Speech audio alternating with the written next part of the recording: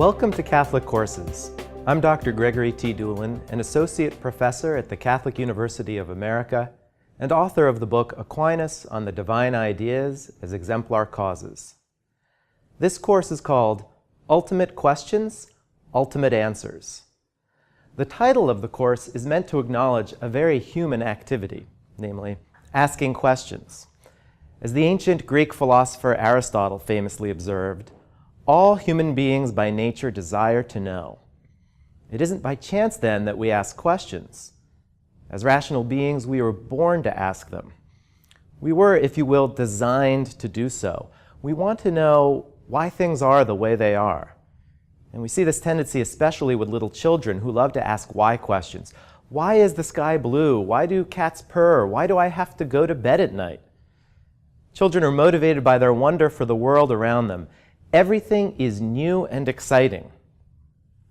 Unfortunately, the workaday world of adult life tends to dampen that sense of wonder we had as a child.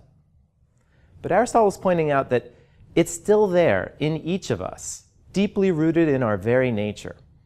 In fact, he observes that it's because of such wonder that human beings began to philosophize in the first place. The sorts of questions that philosophy considers, therefore, aren't the mundane sorts of everyday questions we have, such as, what should I make for dinner tonight? Or, how do I get to the post office?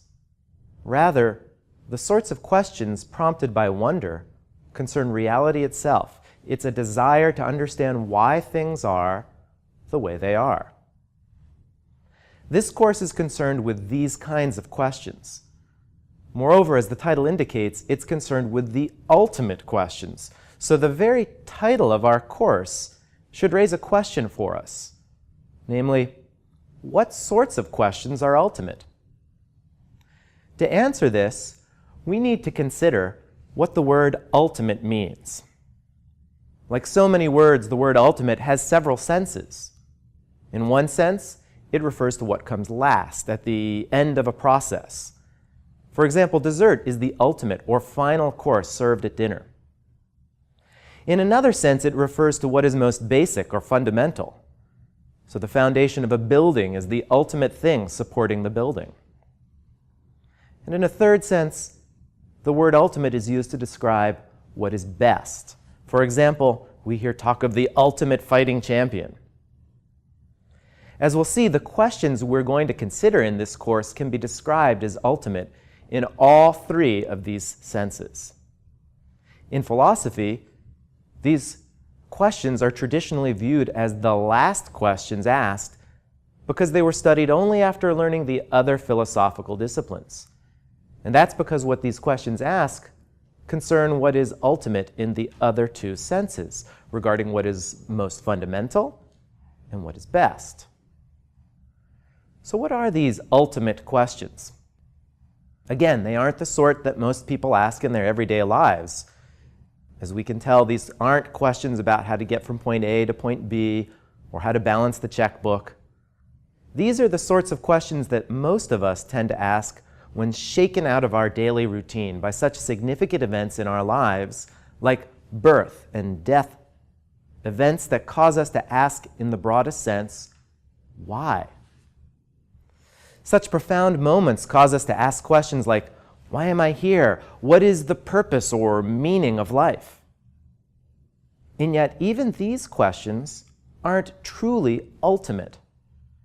Sure, they're very human questions, but they are precisely about human existence. The truly ultimate questions that we'll be asking in this course are about existence itself. They don't concern just us human beings, but rather, in a way, concern everything. These are questions about reality itself, not why am I here, but why is anything here? Questions such as, what does it mean to exist?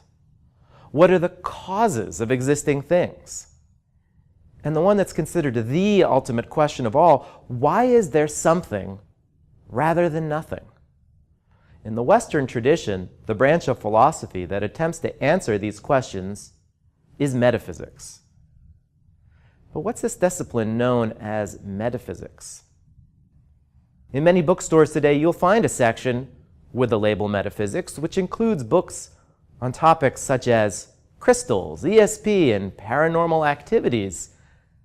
But this grouping of the eerie and esoteric isn't what philosophers traditionally considered metaphysics to be. The name metaphysics itself is derived from two Greek words, meta, meaning after or beyond, and phusika, referring to the study of nature or physical things. This background behind the name gives some indication of what metaphysics studies. In some way, what it studies is beyond the physical. We get a clearer sense of what metaphysics studies if we turn to Aristotle, who's the first philosopher in history to offer a systematic account of this discipline. As he explains, every science has its subject matter, what that science is concerned with studying. For example, whales are studied in the science known as cetology. Animals in general are studied in zoology. Biology studies living things, whereas physics studies bodies. So each of these sciences has its distinct subject matter.